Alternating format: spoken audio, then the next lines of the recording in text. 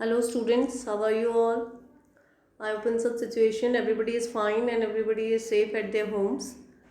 So students, as you know that your exam has been postponed, so I was thinking that we should solve some model paper. So I will start this model paper series. जब तक आपके exam हो नहीं जाते तब तक हम कुछ मॉडल पेपर्स को सॉल्व कर लेंगे. सो आप लोग को भी इसमें क्वेश्चंस करने हैं मेरे साथ साथ. ठीक है, आप इससे आपकी प्रैक्टिस भी होगी कि कैसे कम टाइम में आपको अपना क्वेश्चंस को सॉल्व करने हैं. ठीक है, तो मैं तो खैर पूरे आपको डिटेल सोल्यूशन इसमें आपको दूंगी, बट जैसे ही आपके सामने क्वेश्चन आता है you have to do it and at last in the comment section you will tell me that कि कितने आपके क्वेश्चंस इसमें सही हुए हैं. So let's start. So this is the first model paper which I have designed for you. Okay, so the very first question in your screen is this.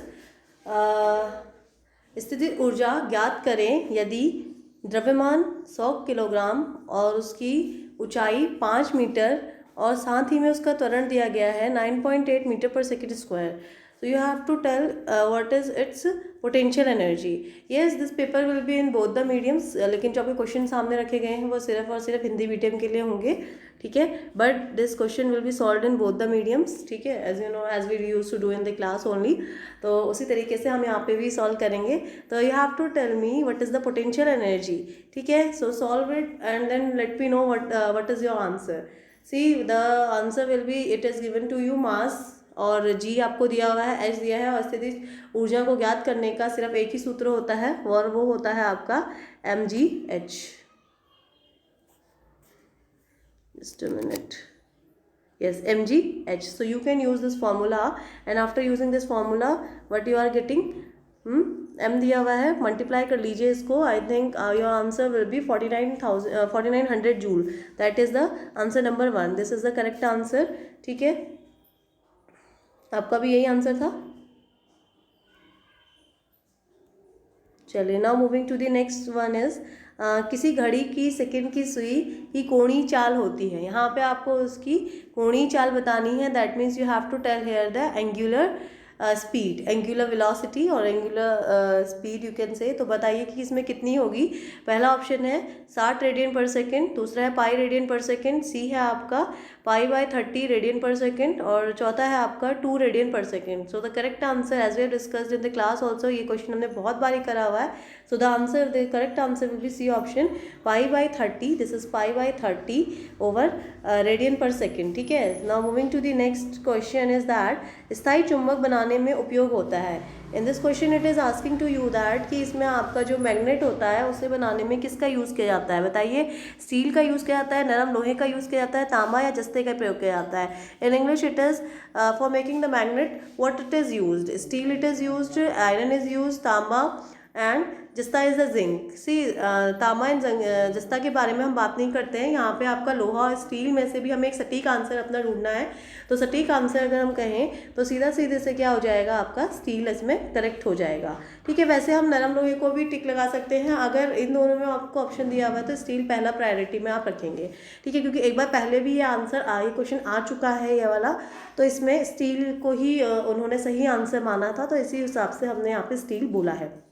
ठीक है, next है फोर्थ क्वेश्चन इज दैट विद्युत की सर्वोत्तम चालक धातु कौन सी है, यानी कि which is the good conductor. सबसे अच्छा जो गुड कंडक्टर हम मानते हैं वो किसे मानते हैं. ये तो बिना देखे आप बिना ऑप्शंस के आप टिक लगा सकते हैं मेरी तरह. तो इसका करेक्ट आंसर हो जाएगा चांदी. नेक्स्ट है आपका, नेक्स्ट क्वेश्चन को पढ़िए और इसका टिक लगाइए. एक साइकिल गति कर रहा है और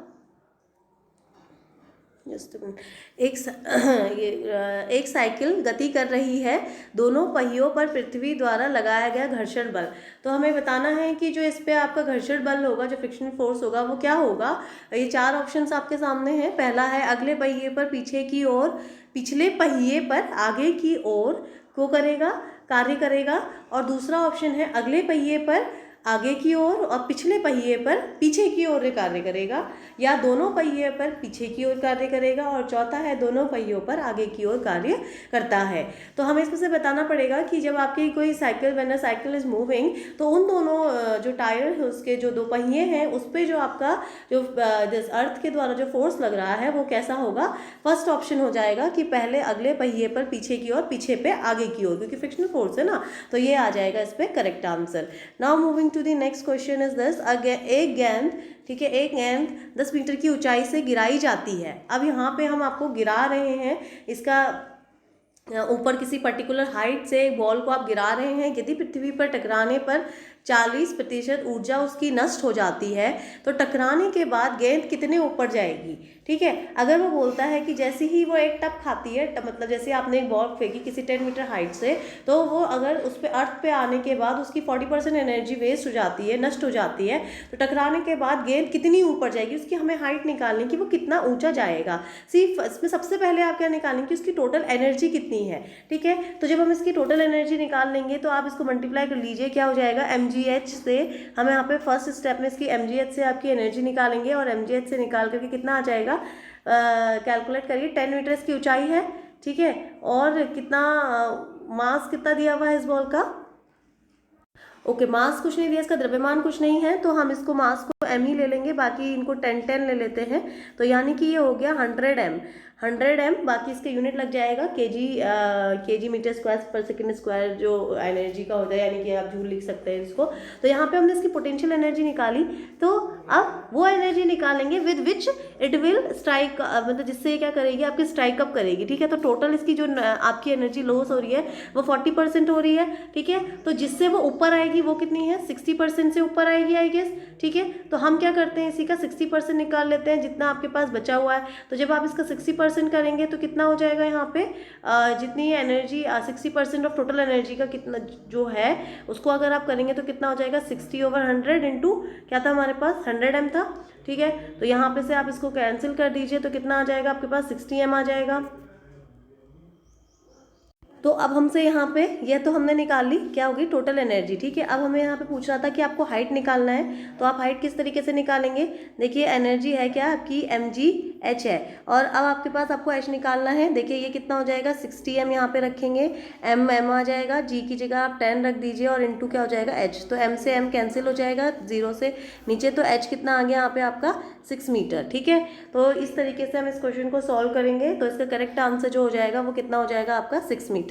ठीक है, एक बार दोबारा से इस क्वेश्चन को अच्छे से समझिएगा कि क्या कहना चाह रहा है। आपको बोल रहा है 10 मीटर की ऊंचाई से गिराने के बाद उसकी 40% जो एनर्जी है वो आपकी वेस्ट हो जाती है, तो टकराने के बाद वो गेंद कितनी ऊपर जाएगी, यानी हमें उसकी हाइट निकालनी है। तो सबसे पहले आप देखिए कि उस बॉल में टोटल एनर्जी है कितनी, तो टोटल एनर्जी हमने देखी कि जब उसका पोटेंशियल एनर्जी हमने निकाल के देखा तो कितना था, 100 m आ रहा था। ठीक है, अगर उसकी 40% वेस्ट हो जाती है तो 60% से ऊपर जाएगी। ठीक है, 60% से ऊपर जाएगी, तो 60% हमने निकाला, टोटल एनर्जी कितना आया था, 60 m आया था। फिर वहीं से हमने क्या निकाला, अब उसकी हाइट के लिए E = mgh हमने लगाया, पोटेंशियल एनर्जी = mgh, और वहां से एनर्जी की वैल्यू रखी, इधर m से m कैंसिल, g की वैल्यू और h का वैल्यू, तो 6 मीटर क्या हो जाएगा, इसका आंसर हो जाएगा। ठीक है, now moving to the next question is this, now see the next question is that 7th question ये कहता है कि 1 ओम के 10 प्रतिरोध समांतर क्रम में जोड़ दे तो तुल्य प्रतिरोध होगा। तो इसका मतलब क्या है कि आपका कितना होगा, 10 ओम होगा, 1/10 ओम होगा, 5 ओम होगा, या 2 ओम होगा। तो जब हम समांतर क्रम के बारे में बात करते हैं तो समांतर क्रम कौन सा वाला क्रम होता है आपका, ये होता है आपका पैरेलल। ठीक है, तो दैट मीन्स यहाँ पे हमसे बोल रहा है कि आपका you have to add this in the parallel. ठीक है, समांतर क्रम का मतलब हुआ कि आप पैरेलल में आपके जोड़े हुए हैं इस तरीके से, ये पैरेलल कनेक्शन कहलाया जाता है। तो यहाँ पे जब आप इसको जोड़ेंगे 1 ओम के 10 समांतर, यानी कि 1/1 प्लस 1/1, फिर आ जाएगा 1/1। ठीक है, फिर 1/1, तो इस तरीके से अगर आप जोड़ लेंगे तो यानी कि ये कितना निकल के आएगा, 1/r का वैल्यू आएगा। इस तरीके से आपको 10 टाइम जोड़ना है, तो 1/r = कितना हो जाएगा यहाँ पे 10/1, क्योंकि एलसीएम तो इसका 1 हो जाएगा, बाकी 1 + 1 + 1, तो यानी कि जब आप इसको उल्टा कर देंगे तो ये आ जाएगी आपकी r की वैल्यू 1/10 ओम। ठीक है, तो इसका जो करेक्ट आंसर हो जाएगा वो कितना हो जाएगा, 1/10 ओम हो जाएगा। दूसरा है आपका ध्वनि तरंगें कैसी होती है, अनुप्रस्थ होती है, अनुदैर्ध्य होती है, दोनों होती है, इनमें से कोई नहीं। ठीक है, इंग्लिश में हो जाएगा साउंड वेव्स किस तरीके से होती हैं, लॉन्गिट्यूडनल होती हैं, या फिर आपकी ट्रांसफर्स होती हैं या फिर बोथ होती है या फिर इनमें से कोई नहीं। तो बताइए कौन सी वाली होती है, अनुप्रस्थ होती है, अनुदैर्ध्य होती है या दोनों होती है। तो इसमें से जो करेक्ट आंसर हो जाएगा वो हो जाएगा आपका लॉन्गिट्यूडनल यानी कि अनुदैर्ध्य हो जाएंगी। ठीक है, लॉन्गिट्यूडनल अनुदैर्ध्य कौन सी वेव होती है, जो कि क्या होती है उसी के साथ जिसमें इसके साथ ही पार्टिकल का जो मोशन होता है, वो प्रोपोगेशन होता है, वो किसके साथ होता है, मीडियम के साथ ही होता है। तो वो क्या होती है आपकी अनुदैर्ध्य यानी कि लॉन्गिट्यूडनल वेव्स होती हैं। नेक्स्ट है पानी के क्वथनांक में वृद्धि से भाप की गुप्त ऊष्मा क्या होती है। ठीक है, जो आपकी ये हिडन हीट है, जो लेटेंट हीट है, वो क्या होती है, घटती है, बढ़ती है, अपरिवर्तित रहती है या इनमें से कोई नहीं। तो क्या होती है, जैसे अगर इस क्वथनांक में वृद्धि होगी तो ऑब्वियस सी बात है कि जो गुप्त ऊष्मा है वो क्या करेगी, घटेगी। ठीक है, फिर now moving to the next question, 10th question, that is कि त्वरण की इकाई क्या है। त्वरण की इकाई क्या है बताओ। ये तो सबसे आसान क्वेश्चन है और एक ही ऐसी यूनिट है जो आपकी क्या होती है, मीटर पर सेकंड स्क्वायर होते हैं, जहाँ पे फॉर्मूला v-u/t लगता है। ठीक है, नेक्स्ट है आपका आयाम निर्भर करता है। आयाम क्या होता है आपका, इंग्लिश में आयाम को कहते हैं आपका एम्पलीट्यूड। तो ये किस पे निर्भर करता है बताइए, आवृत्ति पे निर्भर करता है, तरंगदैर्ध्य पे या पिच पे या किसी पे नहीं। तो ये किस पे डिपेंड करता है आपका, आयाम आवृत्ति पे डिपेंड करता है। ठीक है, और नेक्स्ट है ताप बढ़ने पर किसी धातु का प्रतिरोध घटता है, बढ़ता है, अपरिवर्तित रहता है या कोई नहीं। तो सीधी सी बात है भैया कि हमें पता है प्रतिरोध जो है रेजिस्टेंस है and directly proportional to temperature. जैसे जैसे टेम्परेचर बढ़ता है वैसे वैसे क्या होता है आपका प्रतिरोध भी बढ़ता है। तो इसका करेक्ट आंसर हो जाएगा बी ऑप्शन, बढ़ता है। ठीक है, नाउ नेक्स्ट आ जाओ, चालक तार का प्रतिरोध 8 ओम है। यदि मोड़कर वृत्ताकार बना दिया जाए तो इस वृत्ताकार का व्यास के सिरों के मध्य प्रतिरोध होगा। कितना मध्य प्रतिरोध होगा, आपको इसका बीच में सेंटर में निकालना है। तो इसको जैसे आपके पास ये है ना, इस तरीके से बोल रहा है हमसे कि ये कुछ इस तरीके से है। ठीक है, आपके पास अगर हम इसको तोड़ दें, इसको बीच में से 2 पार्ट में अगर हिस्से कर दें तो ये कुछ इस तरीके से हो जाएगा। ये ए से यहाँ, ये दूसरा पार्ट। ठीक है, तो अब ये देखो, और ईच जो है 4 ओम का है, तो मेरे को ये लग रहा है पैरेलल। ठीक है, और हम इसको ऐड करेंगे तो कितना हो जाएगा, 1/4 प्लस 1/4 यानी कि कितना हो गया, 2/4 डिवाइड करेंगे तो ये हो गया आपका 1/2 यानी कि ये 1/r की वैल्यू है और r इज इक्वल टू कितना हो जाएगा, 2 ओम आ जाएगा। तो इसका जो करेक्ट आंसर हो जाएगा वो कितना हो जाएगा, 2 ओम। नेक्स्ट है ट्रांसफार्मर का उपयोग केवल डीसी परिपथ में, केवल एसी परिपथ में, एसी और डीसी दोनों में या फिर जटिल परिपथ में। तो किसमें किया जाता है ट्रांसफार्मर का यूज़, देखिए एसी में, डीसी में या इन दोनों में। तो सीधी सी बात है, सोचने वाली बात ही नहीं है, सीधा आप टिक लगाएंगे केवल और केवल एसी ही परिपथ में, यानी कि एसी में ही इसमें सिर्फ इसका ट्रांसफार्मर का यूज़ किया जाता है। अब लास्ट क्वेश्चन है आपका 15th क्वेश्चन, जब प्रकाश वायु से पानी में प्रवेश करता है तो इसकी आवृत्ति बढ़ती है, वेग घटता है। दूसरा है आवृत्ति वही रहती है किंतु वायु की तुलना में पानी का तरंगदैर्ध्य कम हो जाता है। और तीसरा है आवृत्ति वही रहती है किंतु वायु की तुलना में पानी का तरंगदैर्ध्य ज़्यादा हो जाता है। तो देखो सीधी सी बात है कि भैया जब प्रकाश जो है वायु से पानी में प्रवेश करेगा तो उसकी जो फ्रिक्वेंसी है वो तो सेम ही रहेगी, लेकिन किंतु जो वायु की तुलना में पानी का जो तरंगदैर्ध्य वेवलेंथ जो होगा वो क्या हो जाएगा, कम हो जाएगा। ठीक है, ये हमने जब कॉन्सेप्ट करा था क्लास में तब देखा था इसके बारे में। तो इसका करेक्ट आंसर क्या हो जाएगा, बी हो जाएगा। तो देखो ये आ रहे हैं आपके कुछ इस तरीके से 15 क्वेश्चन। ठीक है, और ये ऐसे आपकी प्रैक्टिस ही होने वाली है। तो इस तरीके से ही अब मैं आपके पास क्वेश्चन पेपर लेकर के आऊँगी और हम कुछ इसी तरीके से सॉल्व करेंगे और एट लास्ट आप मुझे बताएंगे कि आपके 15 में से कितने क्वेश्चन सही हुए हैं। ठीक है क्लास, थैंक यू। और आप लोगों ने अपने फ्रेंड्स को भी फॉरवर्ड करना है ताकि वो लोग भी इसका बेनिफिट ले सकें।